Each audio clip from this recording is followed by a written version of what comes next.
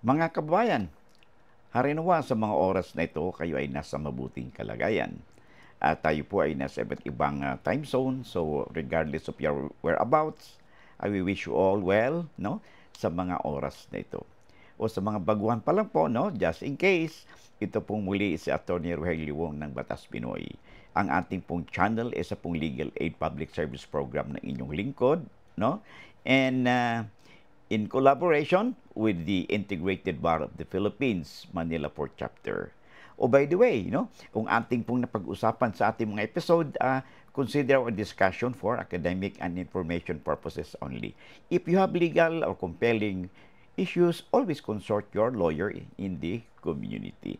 Tulad po ng sinasabi po natin, lamang na pag may alam sa batas. Okay. Ang ating pong tatalakay, sa oras nito ay may kinalaman po sa isa pong sulat po sa atin, no. Sabi niya dito at makikita ninyo, sabi niya, good evening po, attorney. Ako po ay live-in partner. Sabi niya, meron daw silang 2 anak. Nagsama daw sila for almost 9 years. May house and lot pong na-acquire si Mr. 5 years ago. Then this year, hindi kami nagkaunawaan at hindi niya po kami pinawi sa bahay. Pinadlock po niya. So, ang katanungan po rito ngayon paano na yung kanyang tinatawag nating paano na yung kanyang situation, no? Pinalay siya, tama ba yung ginagawa? Now, problema dito hindi mo problema actually, hindi lang po maliwanag ang kanyang sulat kasi po sa ganitong relationship na nag-live-in, no, ay 2 batas ang nakakasakop dito. Yung isa po ay tinatawag nating yung sa Article 147, no, yung Article 147 na kung saan ay ito ay nag-govern ng property relation ng live-in partner na hindi kasal o tinatawag natin yung mga common law partner. Yung isa naman, Article 148, no, ng Family Code, ay may kinalaman ito sa property relation ng partners na merong legal impediment to marry. Okay? So, hindi po maliwanag, no, sa sulat ng ating tagapagsubaybay kung whether or not sila po ay kasal ba sila or mayroon bang legal, definitely, kung may legal impediments ba silang magsama or yung isa sa kanila ay may kasal na. Okay? Now, ito po ang sinasabi ng ating batas, Ito, when a man and woman who are capacitated to marry each other live exclusively with each other as husband and wife without the benefit of marriage or under void marriage, ang kanila pong wages, salary shall be owned by them in common. So, hati-hati po sila doon. Okay? Yan po sabi ng batas. Ganon din po yung mga properties na acquired nila through their work or industry. So, sabi ng batas, co-ownership daw po ang kanilang property relation.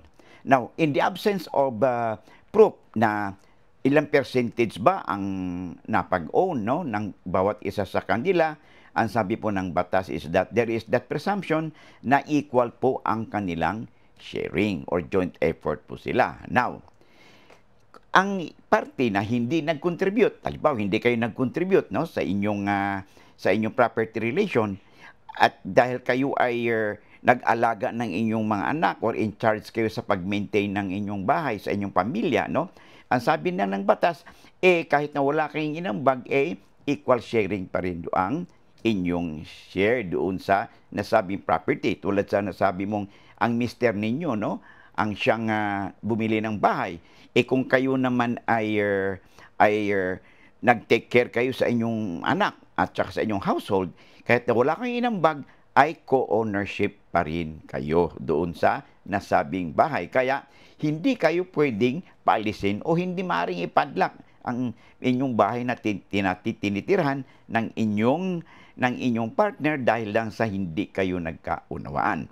At sabi din ng batas na sino man sa inyo ay hindi pwedeng ibenta o isanla, no, ang property na yan habang buhay kayo, no, ay yung mga share, no, na inyong napag-acquire ninyo during your pagsasama, no, during your cohabitation without the consent of the other one, or hanggang sa matapos na ang inyong pagsasama tulad ng inyong nabanggit. Okay?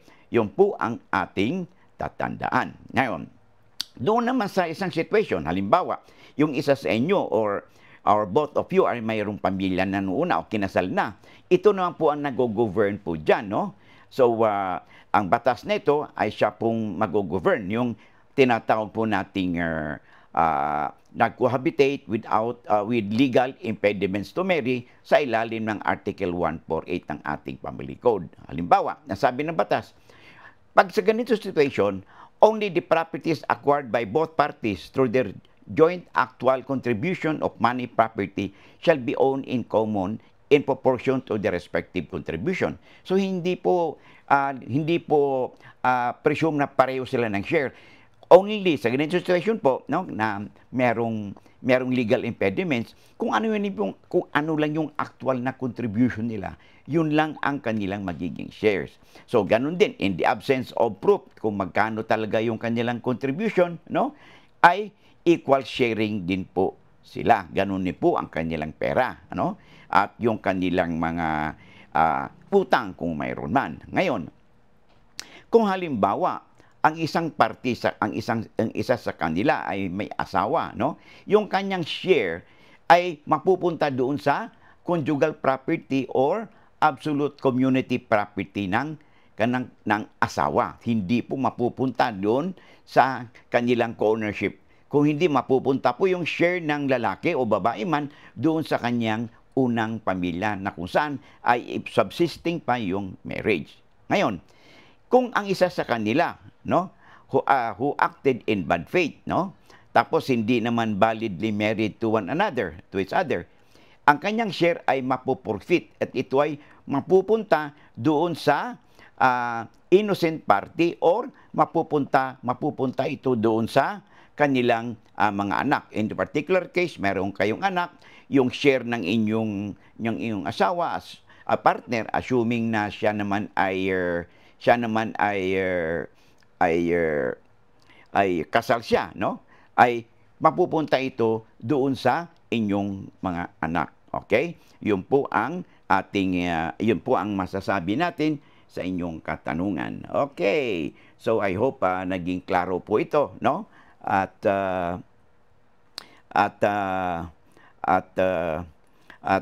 naunawaan po ninyo ang inyong situation. Okay? So kung meron man po kayong katanungan, ay pwede naman po kayo mag-message po sa atin. So yan po ang ating tatandaan, ha? Sa mga parties na nag-live-in, ang tawag niyan ay common law relationship, yan po ang ating tatandaan. Pag there are two kinds of relationship na pag hindi kasal, yung common law meaning both parties ay nagsama na wala namang legal impediments to marry. The other one is merong nagsama with legal impediments to marry.